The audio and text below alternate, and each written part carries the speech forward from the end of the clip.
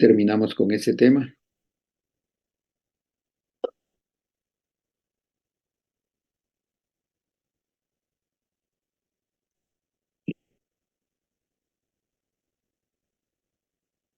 Este ya lo vimos.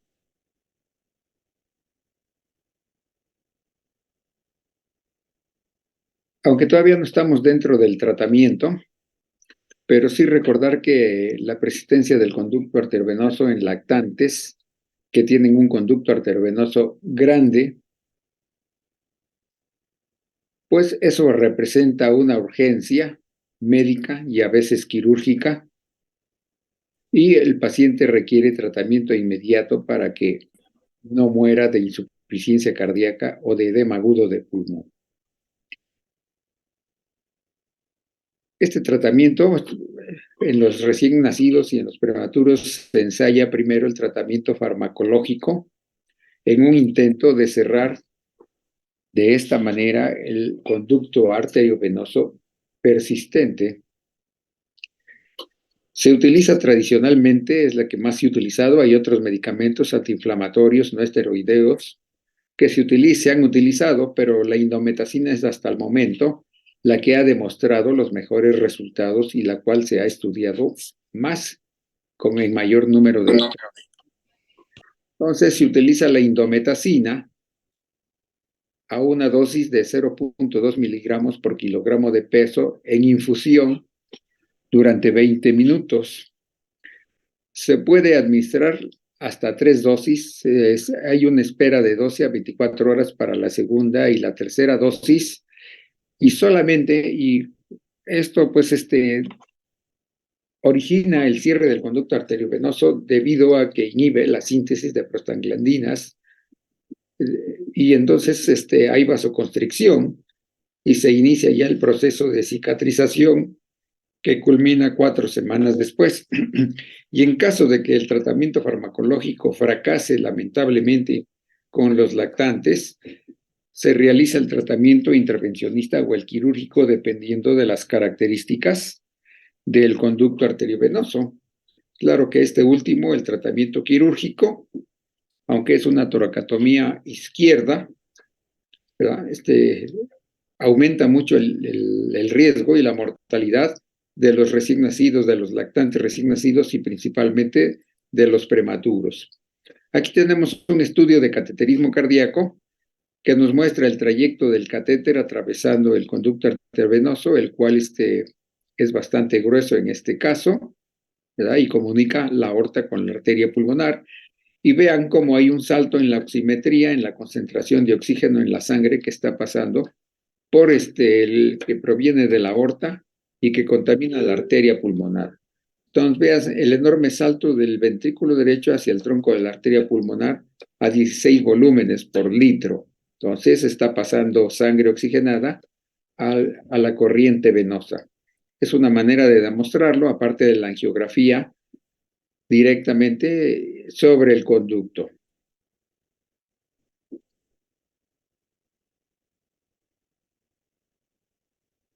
Vamos a ver el tratamiento invasivo.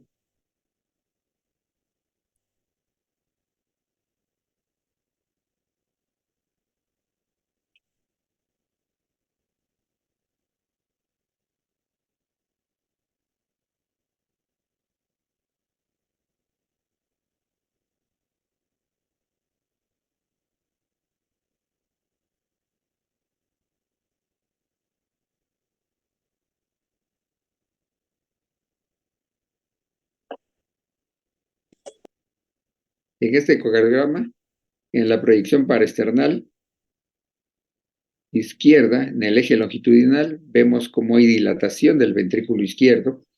Este es un corte transversal de los grandes vasos. Esta es la vía de salida del ventrículo derecho, la válvula pulmonar, la arteria pulmonar, y este es el anillo de implante de la aorta, de la válvula aórtica.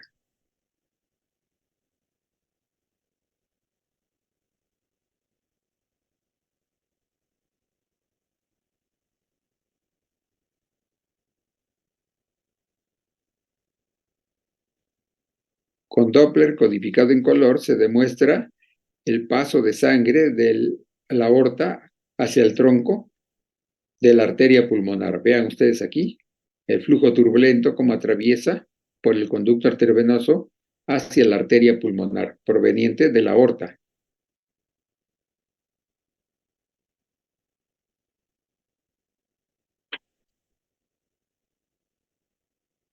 Este es el dispositivo, el Amplatzer, que se utiliza para el cierre, la oclusión del conducto arteriovenoso. El cateterismo se hace a través del ventrículo derecho por vía venosa. Una vena importante puede ser la subclavia, la vena del brazo o lo de la pierna. Y la parte ancha, la parte ancha, el disco ancho, ese se adosa a la pared de la aorta y el resto del dispositivo ocluye el conducto arteriovenoso.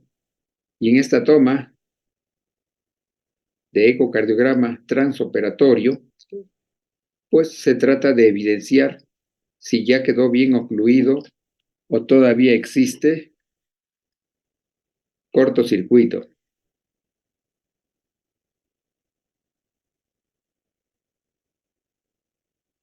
Es el corte transversal de los grandes vasos.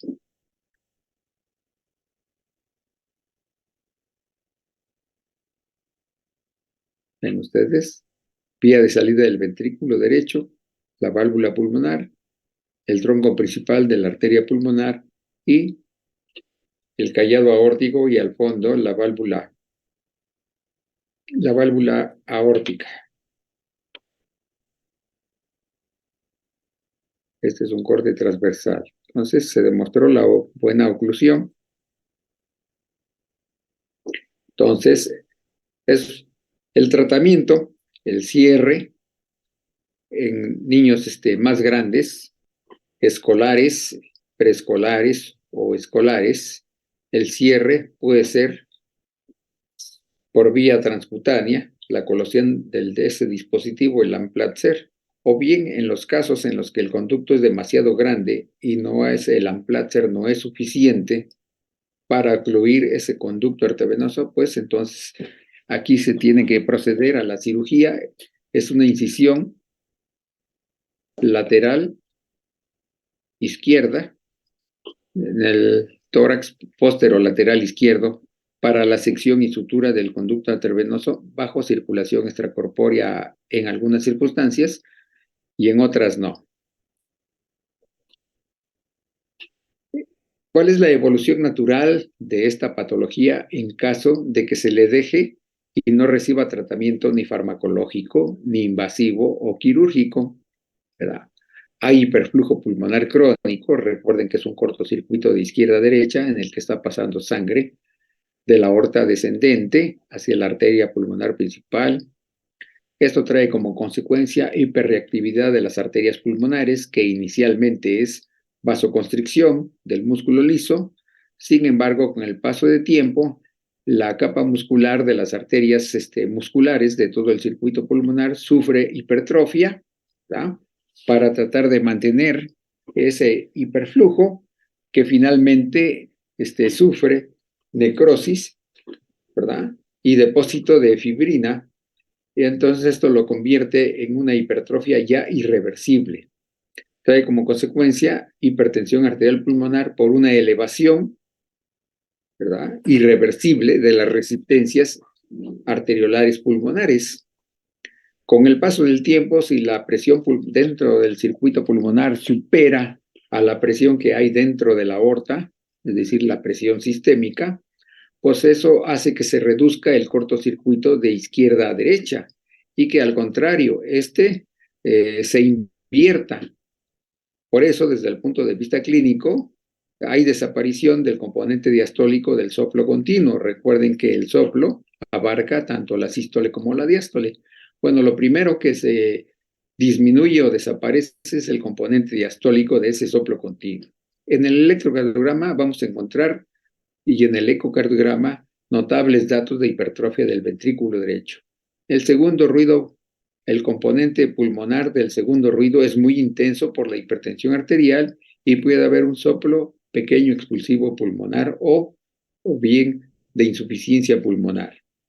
Hay dilatación de la raíz de la arteria pulmonar, ¿tá? Un soplo de insuficiencia de la válvula aórtica leve, soplo diastólico o de Graham-Still, y el shunt se invierte. Eso trae como consecuencia que en las etapas tardías la contaminación de sangre venosa no oxigenada hacia la sangre arterial y oxigenada, pues esa sangre desaturada provoque el color azulado en la piel y en las mucosas de los pacientes, es decir, cianosis.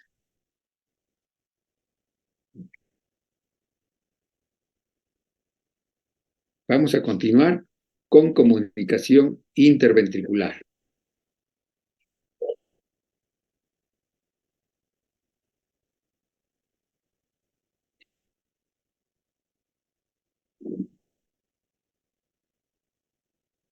Ok, caray.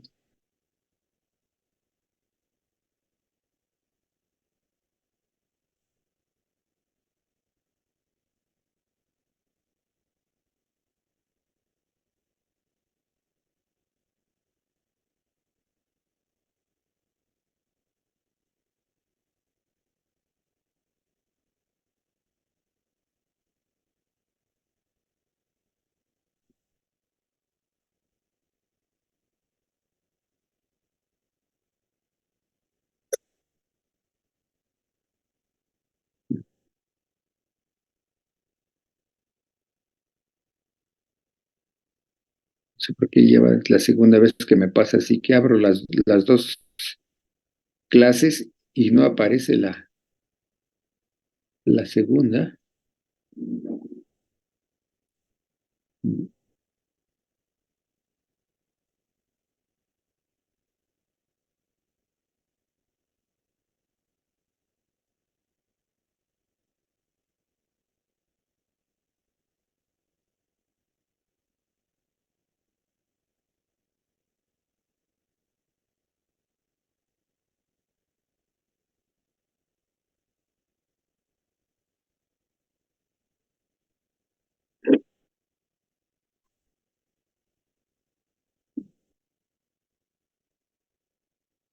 ¿Me permiten? Les voy a mandar otro link para que pueda yo abrir esa plática.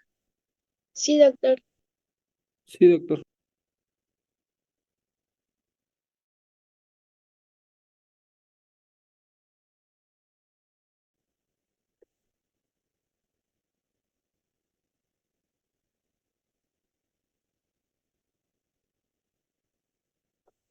Ahora sí. ¿Sí ven la pantalla? ¿Sí ven la imagen? Sí, ¿Y oyen? sí, doctor, sí, sí, sí. Muy bien. Entonces van a entrar dos compañeros. A ver.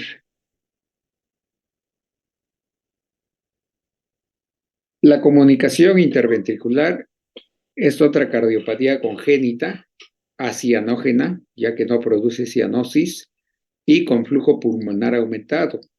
Esto consecuencia del cortocircuito también de izquierda a derecha, ¿verdad? Por lo tanto, no produce cianosis porque es contaminación de la sangre venosa con sangre arterial, ¿verdad?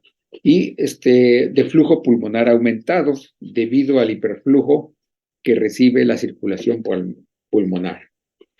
Esta cardiopatía se debe a defectos en la formación del tabique interventricular. Hay varias posibilidades. Vean ustedes cómo de las cardiopatías congénitas guarda hasta el 20% de su frecuencia. Es la segunda más frecuente de las cardiopatías congénitas acianógenas en México después del conducto arteriovenoso. Tiene una incidencia de 2 casos por cada 1,000 personas o recién nacidos vivos, entonces no es tan escasa.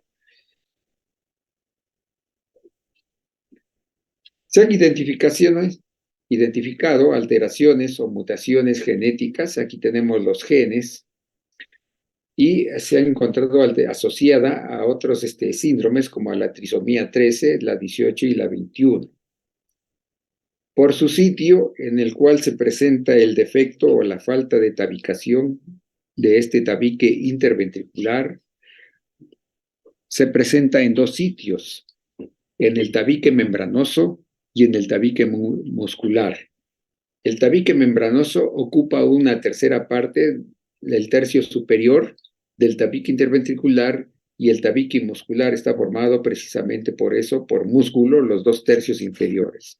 Pues esta cardiopatía es más frecuente cuando no hay una adecuada formación del tabique interventricular precisamente a nivel del tabique membranoso.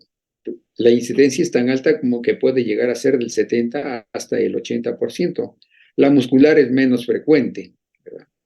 Ahora, por su tamaño, se puede clasificar en chica, en mediana o en grande, dependiendo de la relación que hay entre el tamaño de la comunicación interventricular, del agujero, del defecto en el tabique interventricular, comparado con el diámetro que tiene el anillo aórtico.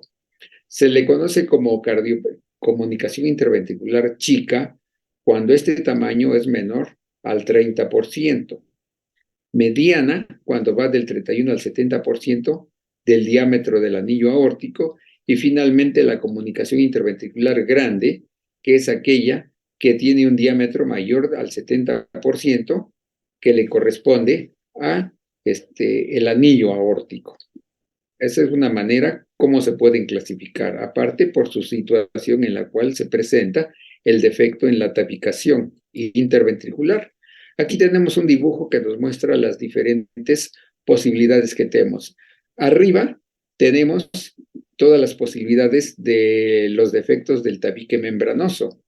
A todas estas también se les puede llamar perimembranosas porque están alrededor y forman parte del tabique interventricular. Y en segundo lugar, los defectos del tejido del tabique interventricular muscular.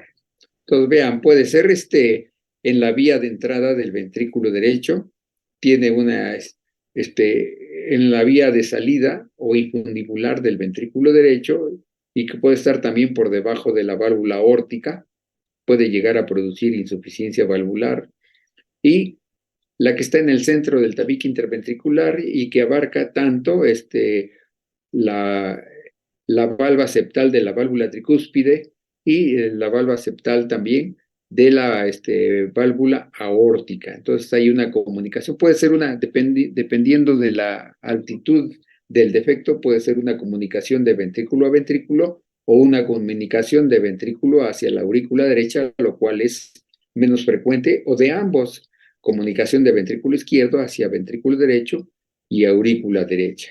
Y luego aquí abajo tenemos los tipos anatómicos de comunicación interventricular muscular, ¿verdad? Los hay en el centro, hacia la punta, que son los más frecuentes, ¿verdad?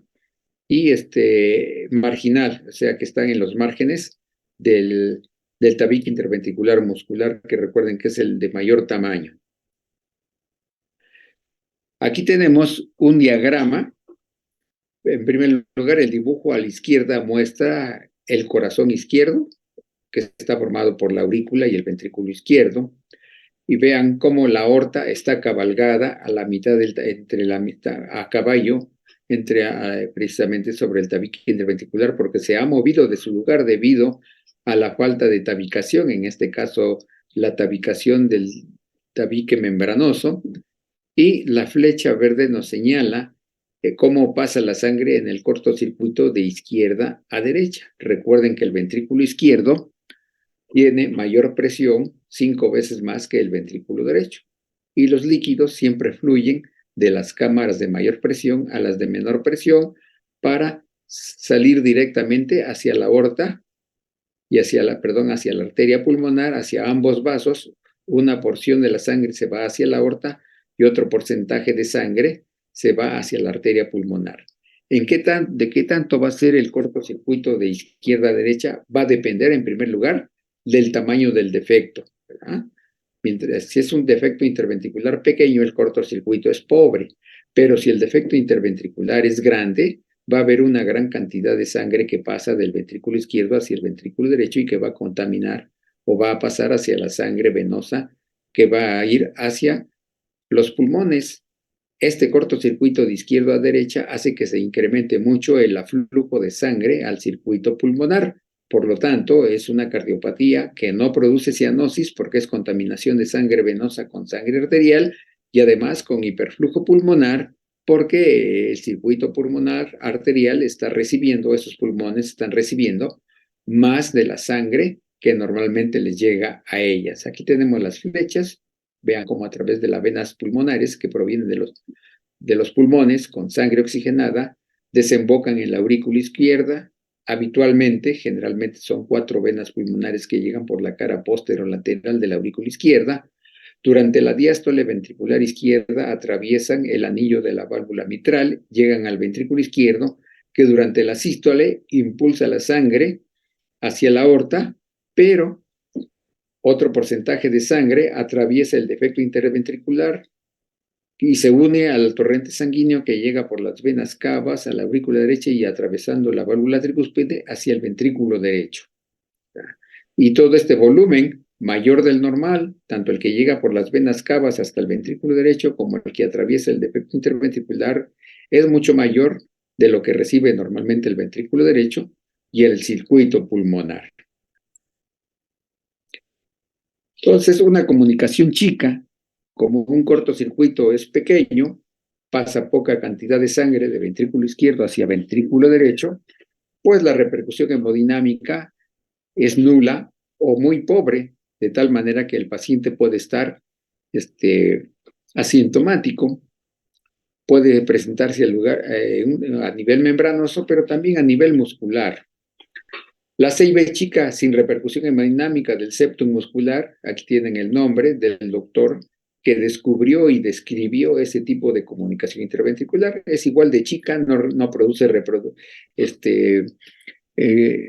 consecuencias hemodinámicas sobre el sistema cardiovascular y puede estar un paciente asintomático y sin signos importantes de esta patología. Pero cuando la CIB es de tamaño mediano o bien grande, pues ya hay hipertensión arterial pulmonar cinética, ya se produce una sobrecarga hemodinámica diastólica importante sobre el ventrículo derecho, está aumentado el flujo pulmonar en el circuito de este pequeño circuito y hay elevación de las resistencias pulmonares. Al principio es por hiperflujo y en las etapas tardías por hipertrofia, ¿verdad? Y el depósito de fibrina y colágena en el intersticio del músculo liso de las arteriolas pulmonares. Esta, desde luego, la CBI grande, es la que nos va a dar más síntomas y más signos. Vamos a ver la explicación del doctor Luis Lazo Rodríguez acerca del circuito patológico que se presenta en la comunicación interventricular. En este video continuaremos hablando de los circuitos de algunas de las cardiopatías congénitas y ahora vamos a tocar el tema del circuito de la comunicación interventricular. La comunicación interventricular es la presencia de un orificio en el tabique interventricular. Este se puede encontrar en cualquier punto del mismo tabique, puede ser único o múltiple. El tamaño también puede ser diferente, la forma también puede ser variable. Las comunicaciones interventriculares se pueden presentar como aisladas o formando parte de otras cardiopatías congénitas. Estas se van a clasificar dependiendo dónde se encuentran situadas en el tabique interventricular, pero existen los tipos perimembranosos, musculares, infundibulares, del septo de entrada o las que se conocen como posteriores. La más frecuente es la perimembranosa, que constituye aproximadamente entre el 75 al 80% de todas las comunicaciones interventriculares. El septo membranoso es una pequeña zona que se encuentra adyacente a la válvula aórtica, se encuentra por debajo de la misma válvula en el lado izquierdo y es contigua a la válvula tricuspidia en el lado derecho. Aquí va a depender mucho la clínica y esto de la repercusión del cortocircuito que vamos a tener. En este caso, lo que nosotros vamos a encontrar o hay que recordar es que las presiones del ventrículo izquierdo, durante la diástole las presiones ventriculares son muy parecidas, por lo cual el cortocircuito se va a dar durante la fase sistólica. En la fase sistólica, el ventrículo izquierdo puede alcanzar una presión ventricular en promedio de 120 milímetros de mercurio, mientras el ventrículo derecho no va a alcanzar una presión mayor de 30 milímetros de mercurio. Entonces esto va a hacer que sangre oxigenada pase del lado izquierdo hacia el lado derecho, por lo cual es una cardiopatía congénita sin cianosis, porque la sangre que sale a través de la aorta es rica en oxígeno. Entonces aquí va a pasar sangre oxigenada hacia el lado desoxigenado y se va a mezclar con la sangre que viene de la aurícula derecha, que es pobre en oxígeno. Aquí va a pasar esta sangre hacia la pulmonar y va a ir hacia el pulmón. Es una cardiopatía congénita que nos va a ocasionar hiperflujo pulmonar. Del pulmón va a regresar a través de las venas pulmonares hacia la aurícula izquierda, pero bueno, va a ser más volumen y esto puede hacer que pueda crecer la aurícula izquierda también. Este exceso de volumen pasa al ventrículo izquierdo.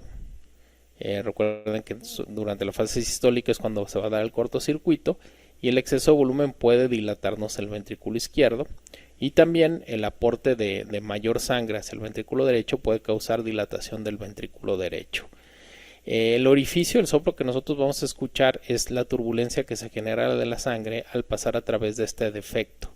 O sea, al pasar por el septum interventricular genera turbulencia y nos va a generar el soplo característico que vamos a escuchar en estos pacientes, que es un soplo sistólico regurgitante y suele ser un soplo holosistólico.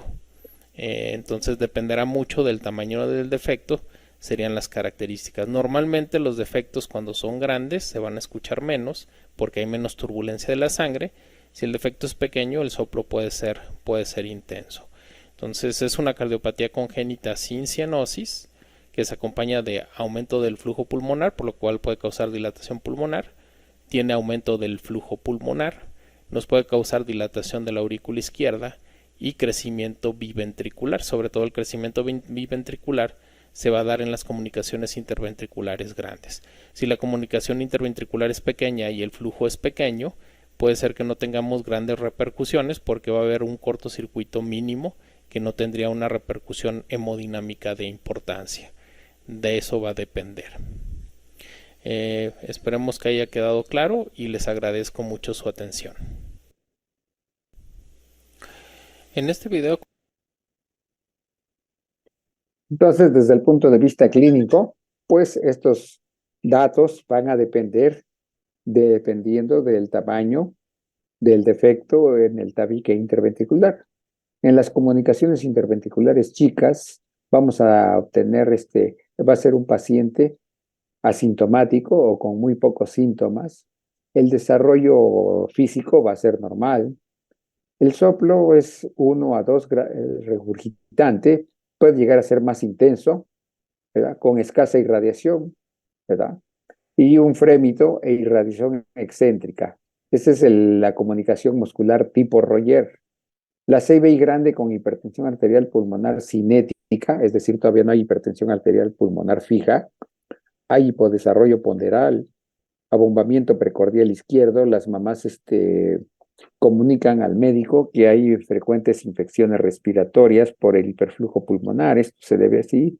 El abombamiento precordial izquierdo, ya que se deformaron los espacios intercostales por dilatación principalmente del ventrículo izquierdo para acomodar la sobrecarga diastólica que le está llegando. Y por lo tanto, a la palpación vamos a encontrar el áplex desplazado hacia abajo, que es un signo de crecimiento del ventrículo izquierdo, y a veces hacia la izquierda, debido a que también está crecido o dilatado el ventrículo derecho. El soplo es regurgitante o lo sistólico en barra, es decir, que se irradia en forma horizontal al lado contralateral del esternón. El epicentro o la zona donde se escucha con mayor intensidad puede estar en el cuarto o el quinto espacio intercostal izquierdo pegado al borde esternal de ese mismo lado, del lado izquierdo, y se irradia al lado opuesto del esternón, ¿verdad? Entonces a eso se le llama en barra u horizontal. Puede haber, cuando el cortocircuito es muy grande, puede haber retumbo de hiperflujo mitral, es decir, una estenosis mitral, pero funcional, debido a que no haya alteración anatómica de la válvula mitral, pero está pasando más flujo por la sobrecarga de volumen a la aurícula izquierda. esa sangre que atraviesa el anillo de la válvula mitral. Entonces, un segundo ruido cardíaco pulmonar intenso a expensas precisamente del cierre de la válvula pulmonar por hipertensión arterial pulmonar. Y ya cuando la comunicación interventricular es grande, con hipertensión arterial pulmonar secundaria a que las resistencias pulmonares están elevadas, puede haber disminución progresiva del shunt, ¿verdad? Del cortocircuito de izquierda a derecha, de la cardiomegalia y del soplo sistólico regurgitante o pansistólico que oímos precisamente en ese foco. Cuando la relación de presiones entre la presión pulmonar y la presión que existe dentro de la aorta se igualan, puede llegar a desaparecer el soplo y solo llegamos a escuchar en este tipo de pacientes el segundo ruido cardíaco muy intenso, y entonces vamos a requerir del ecocardiograma para corroborar el diagnóstico si es que se sospecha, ¿verdad? ¿Sí? El electrocardiograma en la comunicación interventricular chica puede ser normal, pero ya en la comunicación interventricular grande vamos a encontrar crecimiento del ventrículo izquierdo por sobrecarga diastólica y también crecimiento del ventrículo por sobrecarga sistólica. Mañana vamos a continuar con este tema y el miércoles nos vemos en la escuela con el examen que tenemos pendiente. Entonces, Sí, continuamos el día de mañana. Que tengan muy buenas tardes. Gracias. Gracias, doctor. Hasta luego, buenas tardes.